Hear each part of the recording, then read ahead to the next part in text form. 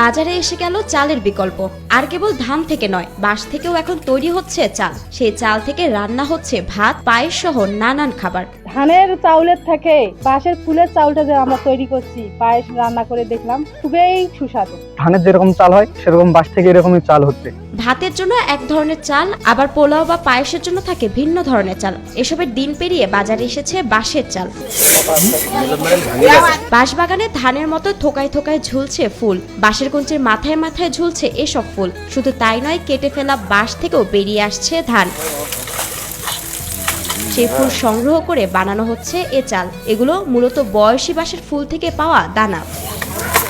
ভাত রান্না করে খাচ্ছি, আবার রুটি করে খাচ্ছি, খুব ভালো লাগতেছে। আমার জন্মের পর থেকে আমি শুনি নাই যে কখনো বাঁশ থেকে কখনো চাল আমরা পাবো, সেই চাল খাইতে পারবো। কিন্তু এবারে প্রথম শুনলাম যে বাঁশ থেকে চাল হওয়ার পর সেই চাল খাওয়া যাচ্ছে। আমরা পায়েস খাওয়ার পর অনেক মজা পাচ্ছি। আম জাম পাড়ার মতো করে লাঠি দিয়ে বাড়ি দিয়ে গাছ থেকে নেওয়া হচ্ছে ধান। ঝুম বৃষ্টির মতো করে সেই ধান পড়ছে মাটিতে। উচ্চতা কম হলে মেহেদি পাতার মতো করে হাতেই সংগ্রহ করে নেওয়া যায় এই বিশেষ ধান। মাটিতে পড়া এ ধান সংগ্রহের জন্য গামলা হাতে অধীর আগ্রহে দাঁড়ান বাড়ির ছোট বড় সকলে। মাটিতে পড়া চাল ঝাড়ু দিয়ে একসাথে করে তুলে নেওয়া হয় পাত্রে।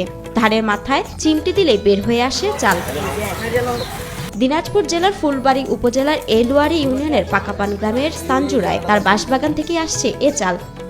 আমার নাম সাঞ্জু রায়। বেড়ে বাঁশ থাকে চাউলটা সংগ্রহ করছে, ধানটা আর কি। বাড়ির পাশের বাঁশঝাড় থেকে বীজ সংগ্রহ করে কুলায় ভালো করে ছেড়ে নিতে হয়। পরে তা নিয়ে যাওয়া হয় পুকুর পাড়ে। পানিতে ভালো করে ধুয়ে পরিষ্কার করে নিতে হয় কাদামাটি। এরপর তা রোদে শুকিয়ে নেওয়া হয়। এরপর সেগুলো শুকিয়ে গেলে ধানের মতোই মিলে ভাঙিয়ে আনেন কৃষক। বাড়িতে নিয়ে যা আমার মা এটা ধারতো আর কি, কুলায় ধারার পর সে আবার এটা আমি পানিতে আর কি ধুই পুকুরে। ধোয়ার পর সেটা রোদে শুকিয়ে দিই আর কি, নাড়িয়ে দিই।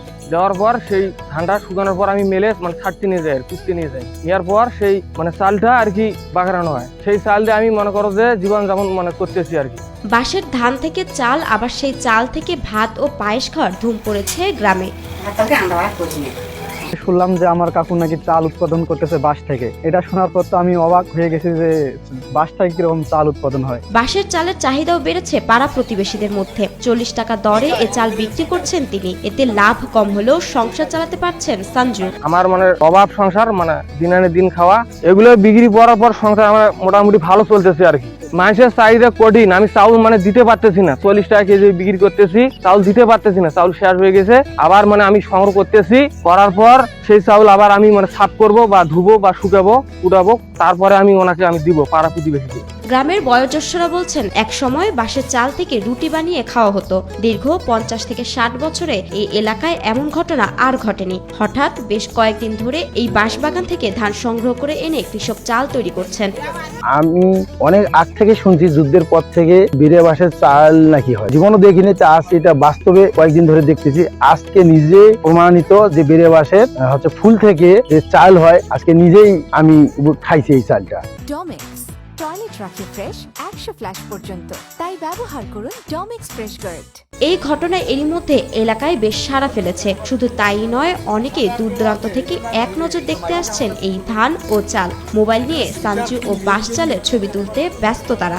এখানে এক ছেলে শুনলাম যে বাঁশের ফুল সংগ্রহ করে সেখান থেকে চাউল তৈরি করেছে। তো এইটা আগ্রহ নিয়ে আসলাম দেখার জন্য। পাশে এক বাড়িতে পায়েস পাক করেছে, আমি সেই পায়েসটা মুখে দিয়ে দেখলাম, অত্যন্ত সুস্বাদ। বিষয়টি বিরল হলো, এক প্রজাতির বাঁশ গাছ অনেক বয়স হয়ে গেলে এরকম ফুলের মতো বীজ বের হয়। তবে এই বীজ থেকে চাল তৈরি করে তা ভাত বা অন্যান্য উপায়ে খাওয়া যায়। এটি সাধারণ চালের ভাতের তুলনায় পুষ্টিগত দিক থেকে অনেক ভালো বলে জানান দিনাজপুর কৃষি সম্প্রসারণ অধিদপ্তরের উপপরিচালক নুরুজ্জামান। ধান এবং বাঁশ এরা একই পরিবারের উদ্ভিদ, তারা একই ধরনের দানা উৎপাদন করতে পারে। এই চালটা খাওয়ার উপযোগী এবং এখানকার যে পুষ্টিগুণ সেটা সাধারণ চালের চেয়ে কোনো অংশেই কম নয়।